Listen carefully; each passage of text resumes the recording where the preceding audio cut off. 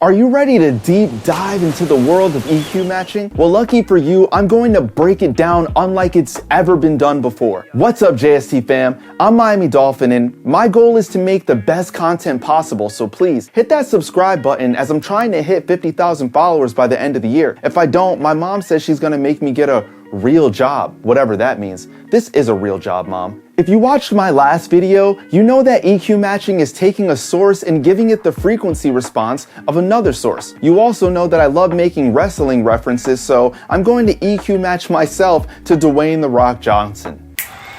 Can you smell what The Rock is cooking? But seriously, we're going to hop into a session and I'm going to try to EQ match my voice to Kellin Quinn's voice.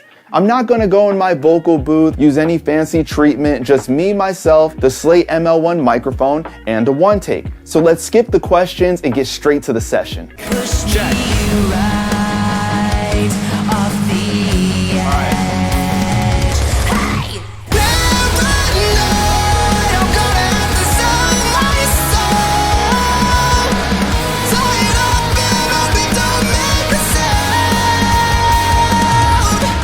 The song I just sang over is called Chemicals by Conquer Divide. If you're familiar with our Freaky Friday series, you know that we have two artists trade places with each other, and in one episode, Kellin Quinn traded places with Kia Castillo. Now let's hear his version in the mix compared to mine. Also, let's remember to give Miami a bit of a break here since I did do this in a one take in, also because I'm not Kellin Quinn.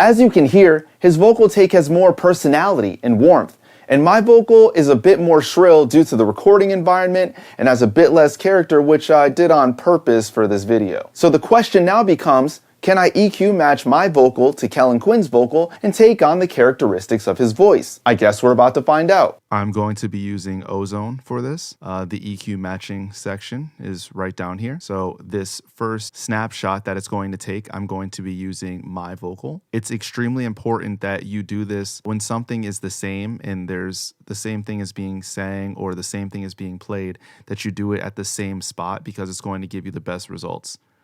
Think of every note that's being played as a specific frequency, a number.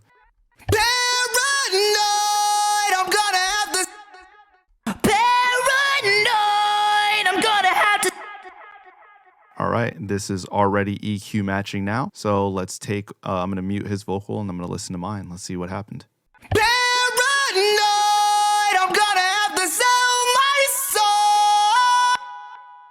Now, when you EQ match, I believe that Ozone has 8,000 different bands that it uses to do this. But the further that you push the amount and the less smoothing that there is, the more it is going to sound phasey.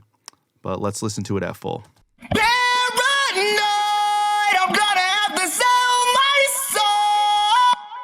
Yeah, that's no bueno. Let's try to find something a little smoother, less of an amount, more of an overall curve.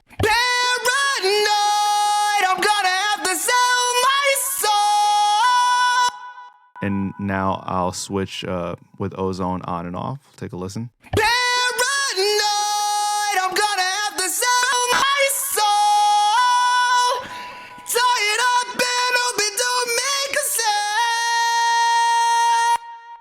Now let's listen to it while Ozone bypasses and comes back. See if you can hear the huge difference that that's making.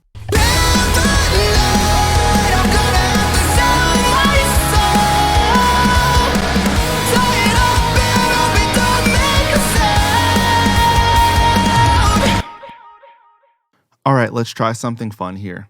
So I've split up Kellin's take and my take, and let's see if what they sound like going in and out of each other with this EQ match. Hey,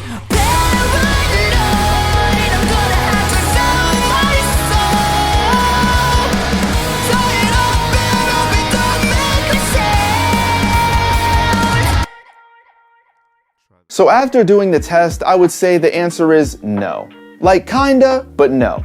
EQ matching can give you the same frequency curve, but as you heard, it cannot perfectly recreate the quality of another source. You cannot EQ match somebody's soul, their passion, or their heart. And this rings true for vocals, guitars, masters, etc. Now, it was definitely an improvement on my vocal, but I would more so say it just put me in the same room as Kellin. What I want you to take away from this is that there is no replacement for a good take. EQ matching can be helpful when used properly, but when it's overdone, as you heard, it can sound horrible. Think of how many issues that can happen when you use a regular 3-band EQ. EQ matching typically has 8,000 bands to analyze the original source and reference as accurately as possible. But that means there are 8,000 chances for something to go wrong. Don't just one take a vocal and EQ match it. Don't just play guitar one time through and EQ match it. Get the source right. Make it sound so good that someone else wants to EQ match to your material. If I inspired you to write something, hit the like button.